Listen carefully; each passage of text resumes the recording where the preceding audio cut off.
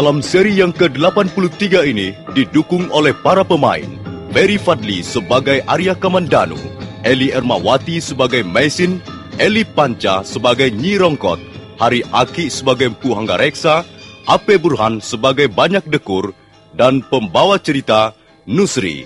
Selamat mendengarkan.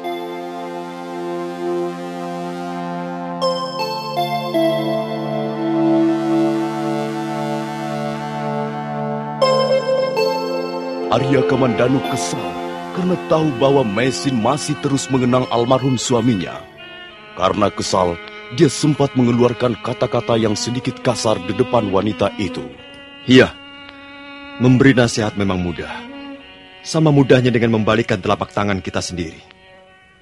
Jangan putus asa. Kau harus berusaha. Kau harus mencoba. Kau harus begini atau begitu. Kakang, walaupun bagaimana, kita harus mau mendengarkan nasihat-nasihat yang baik. Kalau pikiran kita sedang kalut, jiwa kita sedang gelap, hanya nasihatlah yang sebenarnya yang kita butuhkan. Omong kosong. Kau sendiri bagaimana? Kau hampir seperti orang sinting ketika suamimu meninggal. Dan sampai sekarang pun kau masih terus mengenangnya. Kau masih terus mengingat-ingat orang yang sudah tidak ada. Bahkan dia masih terus kau hadirkan dalam hatimu, dalam angan-anganmu. Kau dekap, kau peluk dia dalam mimpi-mimpimu. Dan sebentar-sebentar kau selalu menyebut namanya. Lo. Nah, maukah kau mendengar nasihatku? Maukah kau mengikuti jalan pikiran orang yang waras? Sudahlah, Kakang. Jangan lagi bicara soal itu. Tidak. Kita harus bicara soal ini sampai selesai. Kumohon hentikan sampai di sini, Kakang. Tidak. Kita akan terus bicara sampai puas. Kau kejam sekali. Kau pun tak kalah kejamnya dengan apa yang kulakukan. Sekarang kalau aku bertanya mengapa kau masih terus mengenang suamimu? Nah, apa jawabmu? Sudahlah, Kakang. Hentikan. Kau harus menjawabnya. Tidak. Aku tidak bisa menjawabnya. Aku tidak akan pernah bisa menjawabnya, Kakang. Ampunkan aku. Suruhlah aku melakukan apa saja. Tapi jangan kau suruh menjawab pertanyaan seperti itu.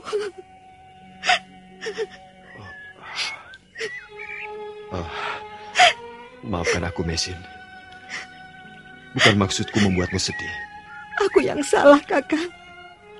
Aku yang salah. Karena aku tak bisa memenuhi harapanmu. Sudahlah. Kita tidak usah saling menyalahkan. Lupakan saja soal ini. Lupakanlah soal ini. Dan maafkan aku. Karena aku telah berkata-kata kasar padamu.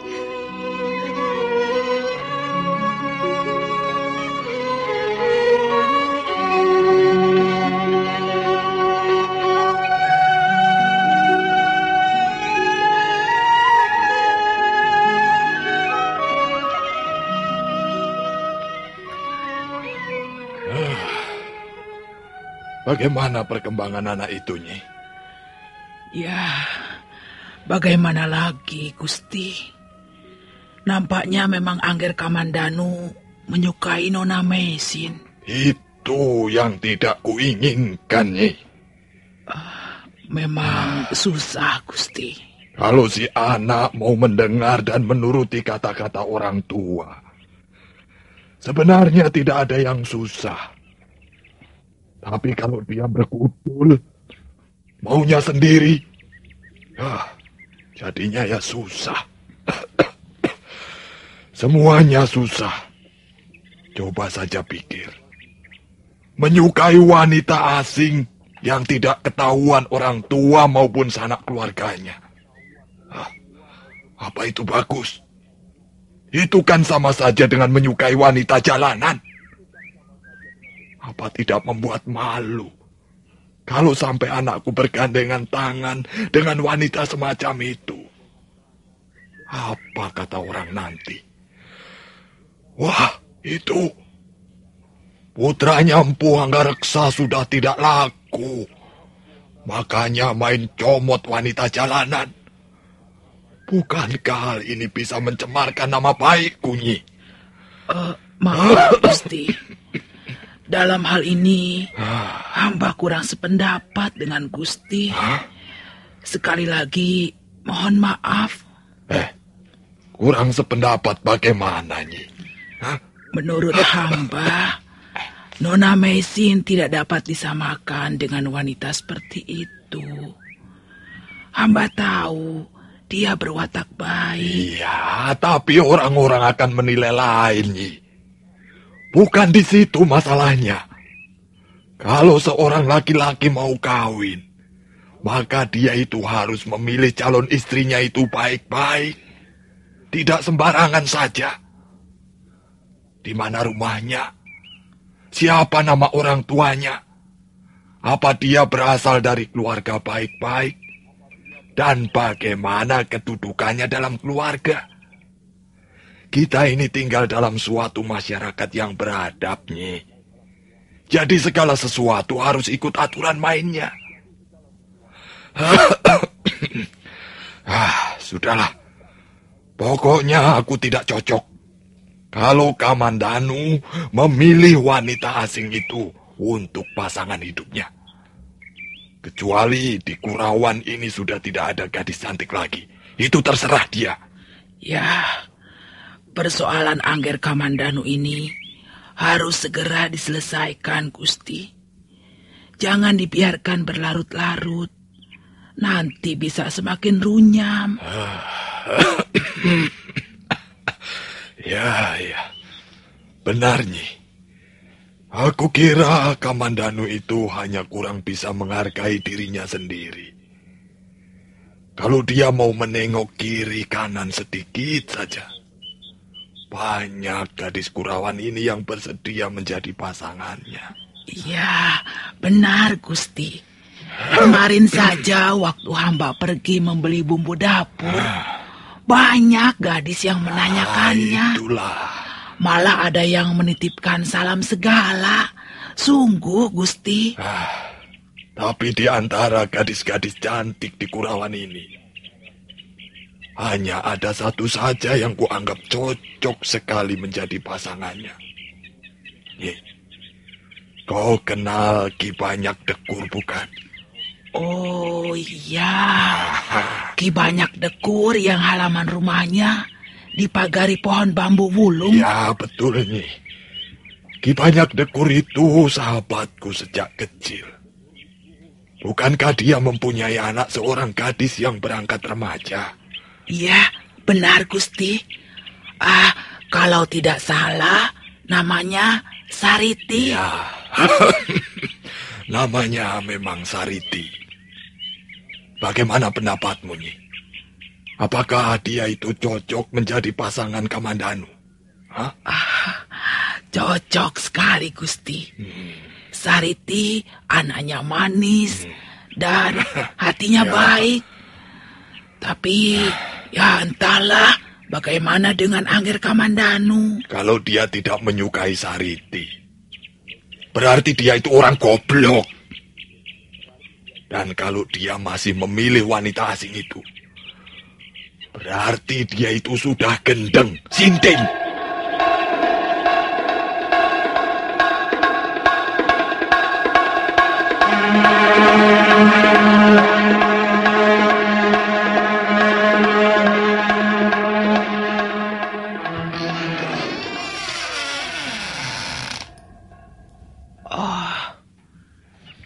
Ngger, Gagal, Bi. gagal. Bagaimana, Ngger? Siasat Bibi tidak mempan. Bibi menyuruh aku pura-pura sakit. Dia memang segera datang ke kamarku dan memijit-mijit kakiku. Tapi akhirnya kami malah menjadi salah paham. Kalau begini, aku bisa benar-benar sakit, Bi. Angger Kamandanu bertengkar dengan Nona Mesin? Kami sedikit bersih tegang. Mungkin Angger kurang bersabar saja. Aku kesal, Bi. Dia sepertinya mau menghindar. Dan dia masih terus-menerus mengenang suaminya yang sudah tidak ada. Aku kesal. Aku merasa tidak dihargai. Aku merasa tidak berguna lagi. Ya, memang susah, Ngger. Nampaknya Nona Mesin masih belum bisa melupakan almarhum suaminya. Apakah semua wanita begitu, Bi? Mereka punya kecenderungan untuk berhayal. Mereka lebih bahagia hidup dalam dunia hayalnya daripada dunia nyata. Apakah semua wanita begitu? Ya, tentu saja tidak, Ger. Ada yang begitu, ada juga yang bersikap lain.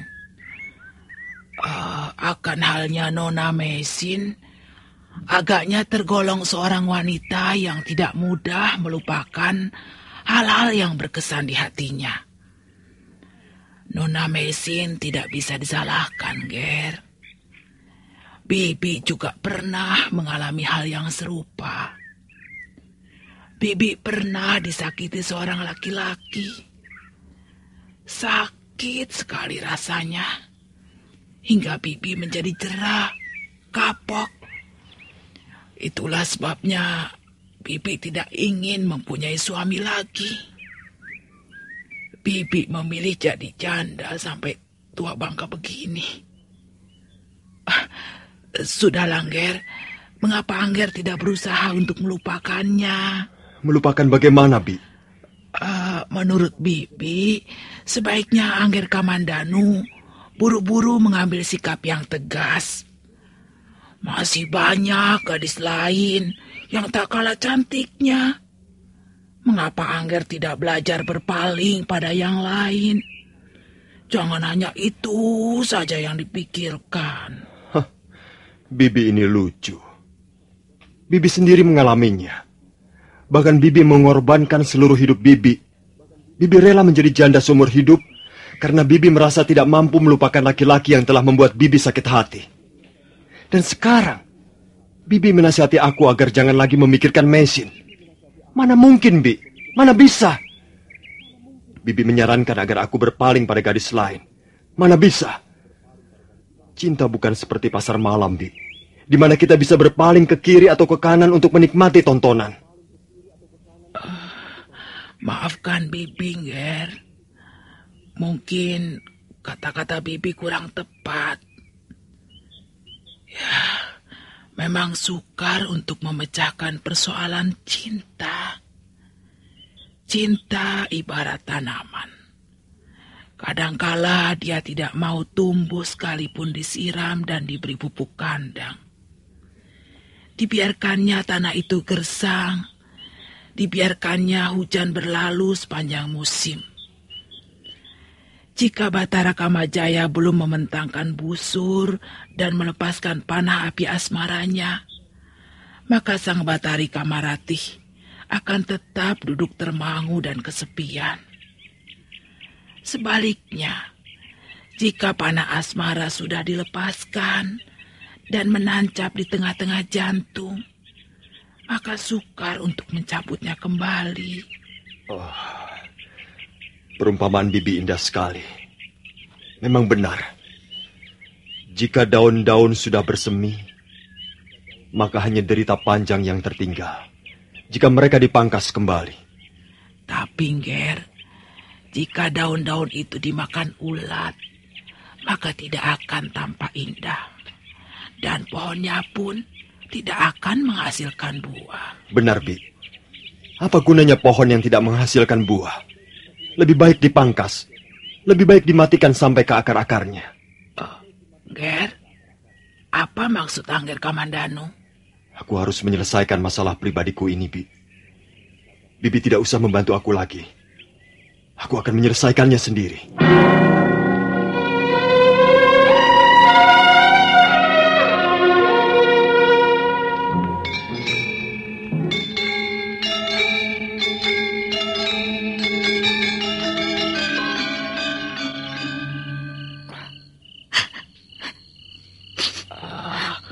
Sudahlah, Nona Mesin. Jangan terlalu dipikirkan. Nanti malah jatuh sakit. Hatiku sedih, Bi. Pikiranku gelap. Tolonglah aku, Bi Rongkot. Apa yang harus aku lakukan? Nona harus sabar dan tabah. Bibi juga seorang wanita. Bibi juga pernah mengalami nasib seperti Nona. Aku heran. Mengapa Kakang Kamandanu masih belum mau mengerti juga? Angger Kamandanu juga sedang lupa. Sebenarnya Angger Kamandanu orangnya baik sekali. Dia hanya sering kurang sabar dan suka menuruti perasaannya. Bi, apa yang harus kukatakan kalau sampai Kakang Kamandanu mendesakku, Bi? Nona Mesin. Iya, Bi. Harta yang paling luhur bagi seorang wanita adalah kejujurannya. Nona harus jujur. Nona harus mengatakan apa yang Nona rasakan. Tapi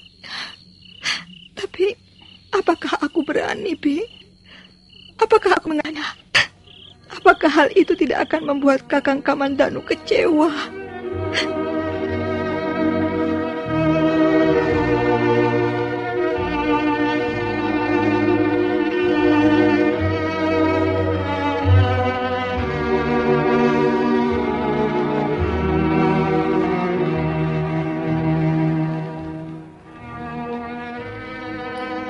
Mesin, Iya, Kakang. kau lihat pohon yang tumbuh di sepanjang tepi padang ilalang ini. Di awal musim penghujan ini, nampak daun-daun bersemi. Daun-daun pohon yang bersemi akan menerbitkan suatu pemandangan yang indah, Kakang. Belum tentu. Bukankah warna hijau pupus daun itu sangat nyaman untuk dipandang, Kakang? Barangkali begitu, kalau mereka dilihat dari kejauhan. Aku curiga daun-daun itu banyak ulatnya.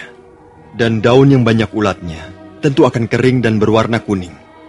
Mereka tidak indah lagi dan harus dipangkas sebelum menjalar kemana-mana, merusak yang lainnya. Oh, Kakang Kamandanu, aku tahu kemana arah pembicaraanmu. Bukankah tunas-tunas cinta yang kau ibaratkan daun-daun itu? Mesin, Iya, Kakang.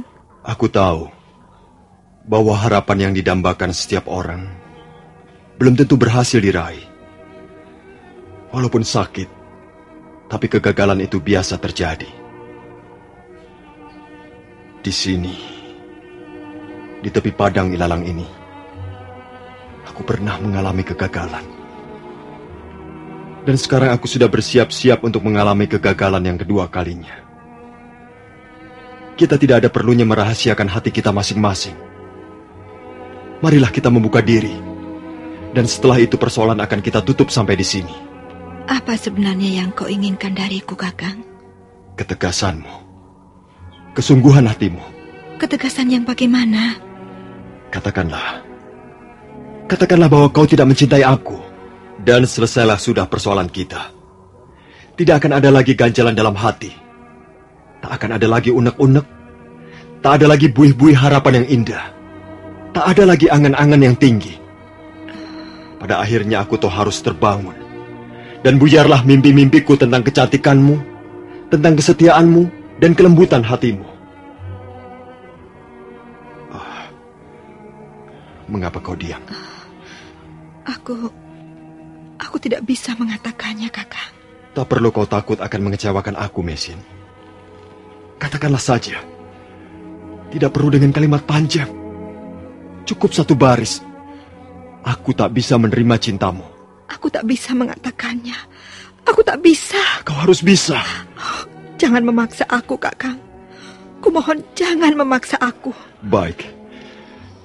Kalau begitu aku bisa mengambil kesimpulan bahwa kau memang tidak bisa menerima pernyataan cintaku. Oh, Kakang. Mengapa kau masih juga belum memahami keadaanku? Mengapa kau menyiksa aku dengan cara sekejam ini? Seharusnya kau tahu, suamiku belum lama dikuburkan. Barangkali kuburannya pun masih hangat. Mesin, persoalan ini adalah persoalan kita. Persoalan orang-orang yang masih hidup. Almarhum suamimu sudah tenang di alam kuburnya. Dia tidak terlibat lagi dalam urusan-urusan dunia. Tapi aku belum bisa melupakannya. Apakah aku harus membohongi hati nuraniku sendiri? Baiklah kalau begitu. Mari kita pulang. Dan jangan lagi mengungkit-ungkit soal ini. Persoalan kita selesai. Tunggu, Kakang. Tunggu apa lagi? Mari kita pulang. Apakah kau tidak mau memberiku kesempatan untuk berpikir? Sekarang ini hatiku masih kalut. Aku belum bisa berpikir jernih. Berilah aku kesempatan untuk merenungkannya, Kakang. Arya Kamandanu mengurungkan langkahnya dan segera berbalik ke arah Maisin. Dia lalu menghampiri wanita di depannya yang sibuk mengusap air matanya. Dia menjamah pipinya dan mengusap air mata yang meleleh di pipi yang halus lembut itu. Kemudian, setengah tidak sadar, dia memeluk tubuh Maisin, memeluk seerat-eratnya. Maisin. Baiklah. Kau kuberi kesempatan untuk merenungkan masalah ini. Terserah kapan kau akan memutuskannya. Aku akan menunggu dengan sabar. Dan maafkan aku. Aku telah bersikap kasar padamu. Kakang Kamandanu, kau memang orang yang baik. Sangat baik. Mungkin suatu ketika aku akan bisa mencintaimu. Tapi untuk sekarang ini, hatiku masih tertutup. Tertutup untuk siapa saja.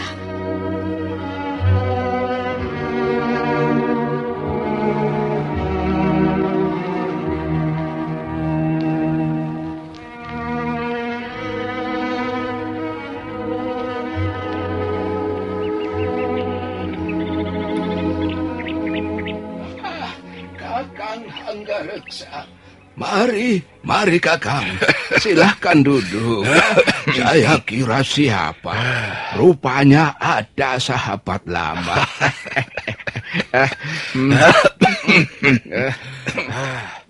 Kau tidak sibuk hari ini, Adi Banyak Dekur? Wah, biasa-biasa saja, Kakang. Apalagi kesibukan orang desa kalau bukan mencangkul tegalan. Betul. Yang penting ada hasilnya. Ya, betul Kakang, betul. Yang penting ada hasilnya. Sekarang zamannya lagi susah. Kalau tidak mau memeras keringat sendiri sampai kering, ya mau makan apa keluarga kita? Betul, Tapi kok tumben-tumbenan Kakang mau mampir kemari? Aku bukan mampir, Adi Banyak Dekur. Aku ini memang sengaja datang kemari. Aku ada keperluan sedikit. Soal apa itu, Kakang? Soal anak kita.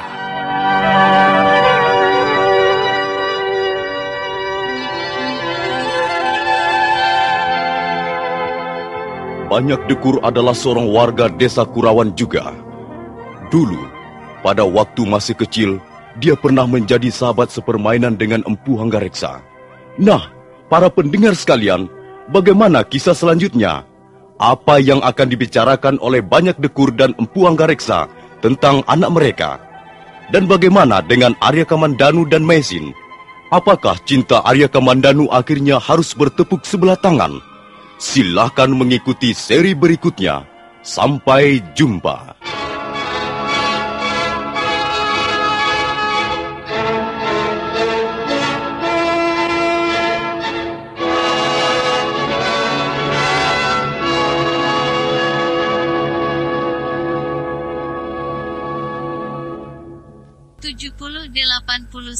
Puluhan kenangan masa lalu channel.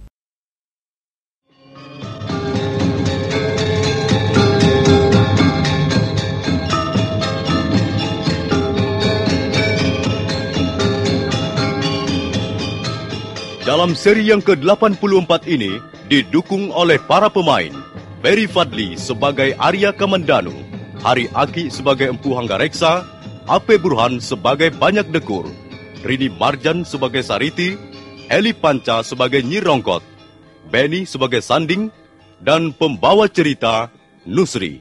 Selamat mendengarkan.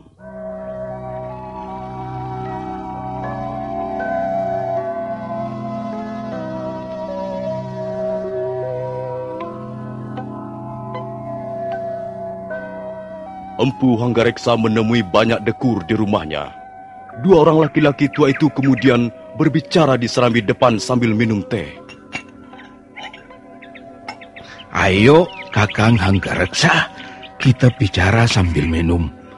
Sudah lama ya kita tidak bertemu dan ngobrol-ngobrol begini. Aku sudah kangen, Kakang. Terima kasih, Adi Banyak Dekur. Sebenarnya kedatanganku ini ada keperluan sedikit. Keperluan apa, Kakang? Ya, dulu kita ini kan sahabat karib. Iya. Kau teman sepermainanku semenjak kita masih anak-anak. Ya, rupanya kau ingin mengenang masa lalu. Iya, kita memang bersahabat karib semenjak ya, hidung kita masih keluar ingusnya. Tapi kemudian kita berpisah untuk meniti jalan hidup masing-masing. Iya. Kita lalu sibuk mengurus keluarga hingga tak punya kesempatan lagi duduk-duduk seperti ini. Maka aku sangat gembira kau berkunjung ke rumahku ini, Kakang. Itulah Adi Banyak Dekur. Aku pikir persahabatan di antara sesama manusia itu baik adanya. Iya. Apalagi kita ini masih satu desa. Kita lahir dan dibesarkan oleh lingkungan yang sama. Iya, betul, Kakang, betul. Begini, Adi Banyak Dekur. Iya, Kakang. Sebenarnya aku ingin sekali menyambung kembali rasa persahabatan kita dulu. Iya. Bahkan membuatnya semakin erat dan akrab. Oh iya, betul. Aku setuju, Kakang. Kalau tidak salah, sekarang kau mempunyai perawan, Adi Banyak Dekur. Iya. Ya, jelek-jelek aku bisa punya anak gadis, Kakang. Semula aku kira istriku gabuk, tapi ternyata bisa juga dia memberikan keturunan padaku sebelum meninggal. Ya, hanya satu-satunya, Kakang. Ya, memang ada apa, Kakang? Di, kau harus bersyukur. Hidupmu tidak hampa karena masih ada yang bisa dilihat. Ya, hidupmu juga tidak kosong, Kakang. Bahkan ku dengar kau sudah punya cucu. Oh ya, bagaimana kabarnya anak laki-lakimu itu? Siapa namanya? Kamandanu. Ya, Kamandanu ya. Apa dia masih belum kembali juga? Itulah Adi Banyak Dekur. Kedatanganku ini sedikit banyak ada sangkut pautnya dengan anak. Kamandanu sudah hampir 40 hari di rumah. Oh, jadi sudah pulang. Ya, begitu. Ya, syukurlah kalau begitu. Anak itu memang perangainya lain dengan kakaknya. Dia lebih berbakat mewarisi keahlianku. Tapi wataknya keras. Kakang, kalau dia sudah beristri, wataknya yang keras itu mungkin akan berubah. Ya, begitulah yang aku harapkan, Di. Karena itu aku punya usul. Barangkali usulku ini bisa kau pertimbangkan.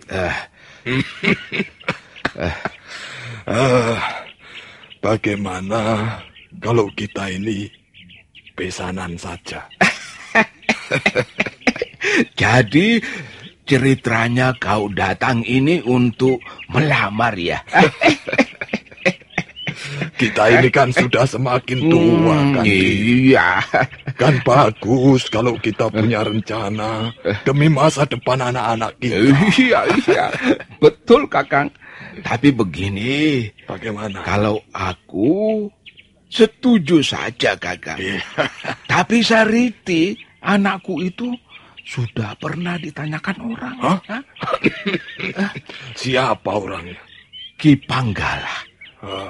Orang dari desa Tumangkar. Memang belum ada kepastiannya. Tapi sepertinya Sariti sudah sering berjalan-jalan dengan anaknya Ki Panggala itu.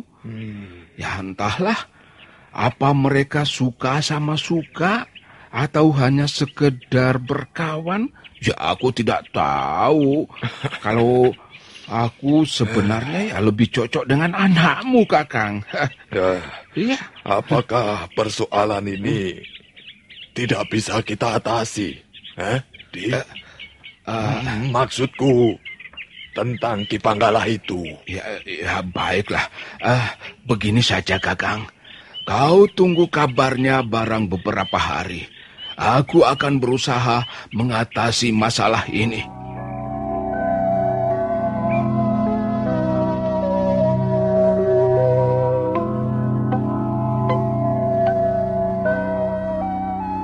Setelah dirasa cukup, Empu Hanggareksa segera berpamitan. Banyak dekur mengantar sampai ke halaman rumahnya. Laki-laki setengah tua yang bertubuh kecil itu nampak tercenung sesaat di depan pintu. Kemudian dia bergegas masuk untuk mencari anaknya.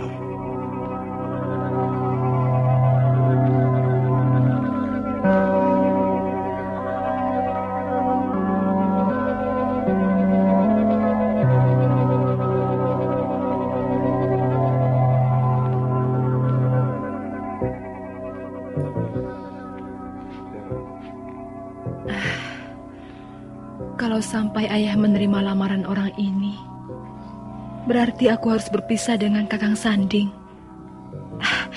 Tidak. Aku tidak mau berpisah dengan Kakang Sanding. Aku tidak mau cinta kami terputus gara-gara lamaran orang itu. Sariti! Di mana kau, Nduk? Sariti!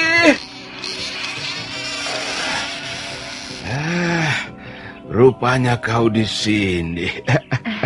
Aku mencari ke sumur, ke halaman belakang, ke ruang tidurmu, tapi rupanya kau di gandok depan. Iya. Kalau begitu, kau tentunya mendengar pembicaraan ayah dengan orang itu tadi, ya? Saya mendengar semuanya, Ayah. Sariti, orang itu tadi sahabat ayahmu ketika masih kecil. Namanya Empu Hanggareksa. Pekerjaannya membuat barang-barang pusaka seperti keris, pedang, tombak, juntrik, dan sebagainya. Dia mempunyai anak laki-laki 2 orang. Yang satu sudah menikah dan tinggal di Manguntur. Yang satunya lagi masih bujangan. Namanya Arya Kamandanu. Orangnya gagah, perkasa, dan tampan. Nah, Empu Hanggareksa itu datang ke rumah kita tadi untuk melamarmu. Melamarmu untuk si Kamandanu itu. Tidak, Ayah. Ayah jangan menerima lamaran itu. Aku memang belum memutuskan untuk menerimanya. Tapi aku juga merasa tidak enak kalau sampai menolaknya. Empu Hanggareksa itu sahabat karib ayahmu, Sariti. Apakah ayah akan mengorbankan kebahagiaan saya demi persahabatan itu? Kamu jangan berkata seperti itu, Nduk. Baiklah. Sekarang aku mau tahu, sebenarnya sampai sejauh mana hubunganmu dengan anaknya si Ki Panggala itu? Kami saling mencintai, Ayah. Kau tahu siapa calon mertuamu itu, Sariti? Kau tahu sejarah dan riwayat hidup Ki Panggala, bapaknya Sanding pacarmu itu? Iya, saya tahu, Ayah. Dia bekas seorang jawara yang ditakuti orang seluruh desa Tumangkar. Dia seorang pendekar pilih tanding. Tapi sayangnya, dia juga bekas rampok, bekas juragan maling, benggol kecu. yang perbuatannya membuat malu masyarakat desa Tumangkar. Sudah beberapa kali dia berurusan dengan para penegak hukum dan keluar masuk tahanan. Kau sudah tahu semua itu? Hah? Iya, saya tahu, Ayah. Bagus, bagus. Kalau sudah tahu, tentunya kau bisa mempertimbangkannya lagi, ya? Saya tidak akan mempertimbangkan apa-apa lagi, Ayah. Hah? Keputusan saya sudah bulat. Saya harus menjadi istri orang yang benar-benar saya cintai. Kau harus bisa melihat perkawinan dari sudut yang lain juga, Sariti. Jangan hanya meletakkannya di atas cinta. Cinta itu bisa pudar. Itu urusan kami, Ayah. Urusan saya dengan Kakang Sanding. Bagaimana kau bisa berkata begitu, Sariti? Kau itu kan anakku. Sampai saat ini, kau masih tetap anak banyak dekor. Kau boleh bermain cinta dengan seorang pemuda. Tapi kau juga harus memikirkan segi kepentingan bapakmu ini. Jangan hanya karena dorongan cinta, perbuatanmu lalu jadi ngawur. Itu kurang baik. Apakah saya telah merugikan kepentingan Ayah? Sariti, kau boleh saja mendambakan cintamu. Tapi Ayah mendambakan nama baik. Ayah, apakah dengan menjadi istri Kakang Sanding, nama baik Ayah akan tercemar? Calon mertuamu itu, Sariti. Riwayat hidup Ki Panggala yang hitam itu seperti yang telah kuceritakan tadi. Dia itu bekas rampok. Ayah, saya tidak akan kawin dengan Ki Panggala. Saya akan kawin dengan anaknya, Ayah. Dan lagi, Ki Panggala sekarang bukan rampok. Beliau sudah menjadi orang baik-baik, kan? Belum tentu dia berubah menjadi orang baik-baik. Apa kau bisa memastikan? Apa Ayah juga bisa memastikan? Sariti, lancang sekali mulutmu. Berani kau membalik-balikkan perkataan ayahmu. Maafkan saya, Ayah. Maafkan saya. Anak masih bau ingus, sudah berani membantah. Dunia ini sudah terbalik. Atau siapa sebenarnya yang salah? Maafkan saya, Ayah. Saya hanya tidak rela kebahagiaan saya dirampas orang. Tidak ada yang merampas kebahagiaanmu. Justru semua ini kulakukan untuk kebahagiaanmu.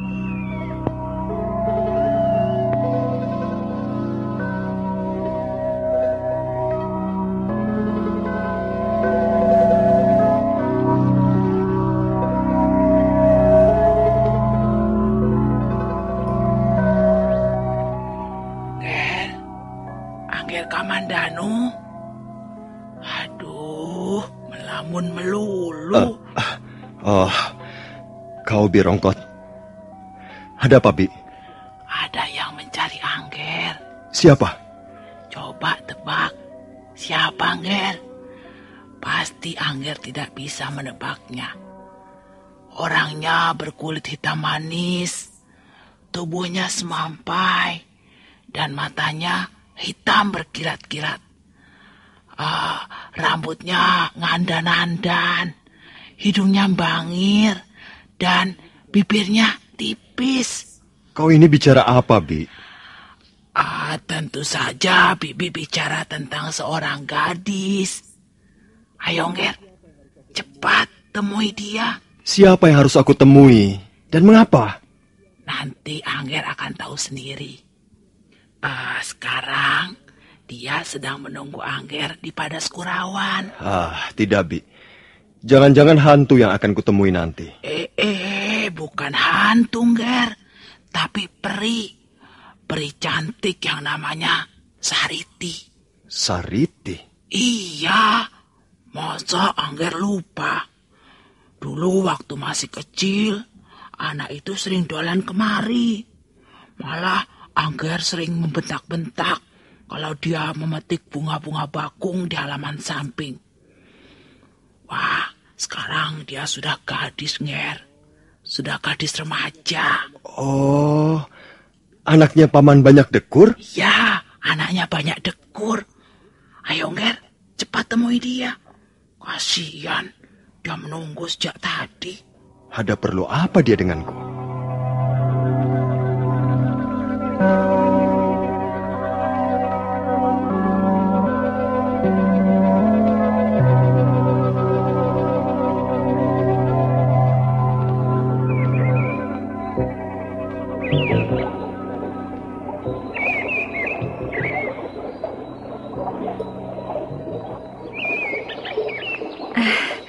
Akhirnya kau mau datang juga, Kakang Kamandanu. Kau pasti sudah lupa padaku. Kau sudah besar, Sariti. Dulu kau masih kecil sekali, waktu mencuri bunga-bunga bakung di halaman rumahku. Aku dulu memang nakal, Kakang. Tidak, kau tidak nakal. Oh iya, bagaimana kabar Paman Banyak Dekur? Ayah semakin tua, Kakang. Semenjak ibuku tiada, ayah nampak semakin tua. Tapi badannya sehat, masih kuat mencangkul tegalan sampai tengah hari. Syukurlah kalau begitu. Kau ada perlu denganku, Sariti? Ada apa? Kau kelihatan murung sekali. Aku sedih, Kakang. Bagaimana ya? Aku tidak tahu bagaimana aku harus mengatakannya padamu.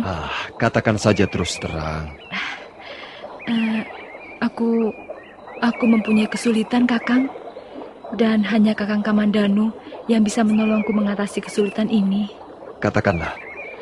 Kalau memang bisa, aku pasti akan menolongmu. Kau mempunyai kesulitan apa, Sariti? Belum lama, ayahmu datang ke rumahku. Oh ya? Ya. Ayahku dan ayahmu memang sahabat karib sejak kecil. Mereka lalu duduk di serambi dan bicara sampai lama sekali. Kebetulan aku berada di gandok samping. Jadi aku bisa menguping pembicaraan mereka. Apa saja yang mereka bicarakan? Mereka bicara tentang diri kita, Kakang. Tentang diri kita? Iya, mereka ingin menjodohkan kita. Mereka ingin menjodohkan kita? Benar, Kakang. Aku tidak bisa menerima hal itu. Maaf, Kakang Kamandanu. Bukan berarti aku... Sariti, aku sudah mengenalmu sejak kecil. Kita sama-sama dibesarkan oleh hembusan angin desa Kurawan, desa kelahiran kita ini. Tapi bukan berarti kita harus menjadi suami istri. Jadi, Kakang tidak setuju? Iya, mungkin niat orang tua kita baik. Tapi niat baik belum tentu akan baik pula bagi orang-orang yang akan menjalankannya. Soal perkawinan adalah soal pribadi antara dua manusia yang sudah saling mencinta. Bukan lagi persoalan keluarga kedua belah pihak. Apakah kau sudah mempunyai pacar, Sariti? Kau malu rupanya. Baiklah, kau tidak usah mengatakannya. Aku sudah tahu.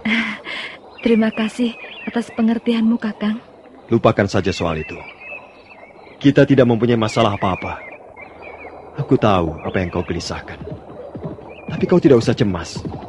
Aku akan membantumu.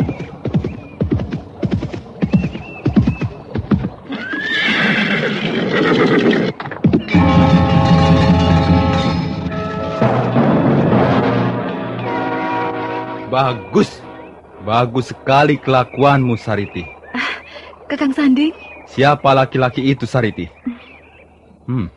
Mengapa kalian berdua berada di tempat sepi begini? Dan mengapa kau biarkan laki-laki itu menjamah pundakmu?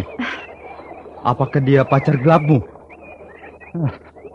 Apakah kau sudah menjadi gadis murahan, Sariti? Kakang jangan salah sangka. Kami tidak berbuat apa-apa. Aku tidak percaya. Kau pasti telah berbuat serong di belakangku. Kakang Sanding. Jangan menuduh yang bukan-bukan. Benar apa yang dikatakan Sariti. Kami tidak melakukan apa-apa. Tutup mulutmu. Aku tidak bicara denganmu. Apakah dia pacarmu, Sariti? Benar, Kakang. Tidak. Dia bukan pacarku lagi. Tak sudi aku mempunyai pacar yang gampang dijamah orang. Kakang Sanding. Jangan terburu nafsu, Kakang. Dia adalah Kakang Kamandanu, putra Empu Hanggareksa. Dia sudah kuanggap seperti saudara tuaku sendiri. Kamandanu. Kaukah Arya Kamandanu? Benar, Sanding. Aku Kamandanu. Rupanya kau yang bernama Arya Kamandanu. Aku sudah lama kenal namamu, tapi baru sekarang melihat manusianya. Kakang. Kamandanu. Masih segar dalam ingatanku peristiwa 5 tahun yang lalu. Bukankah kau yang pernah membuat huru-hara di desa Manguntur? Sanding, jangan kau ungkit-ungkit lagi peristiwa itu. Iya, kaulah orang yang membuat keributan. Dan pasalnya adalah seorang perempuan yang bernama Nari Ratih. Kau rebut Nari Ratih dari tangan anak kepala desa Manguntur. Tapi setelah itu, kau pun terpaksa gigit jari. Karena yang keluar sebagai pemenangnya adalah kakakmu sendiri. Sanding, kalau kau seorang laki-laki janganlah banyak bicara. Ayo, turunlah dari kudamu.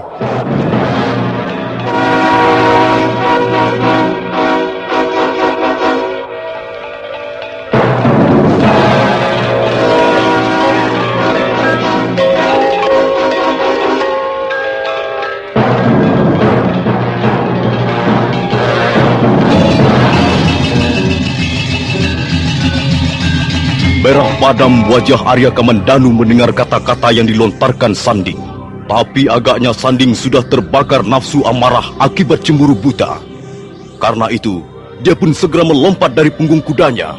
Nah, para pendengar sekalian, bagaimana kejadian selanjutnya?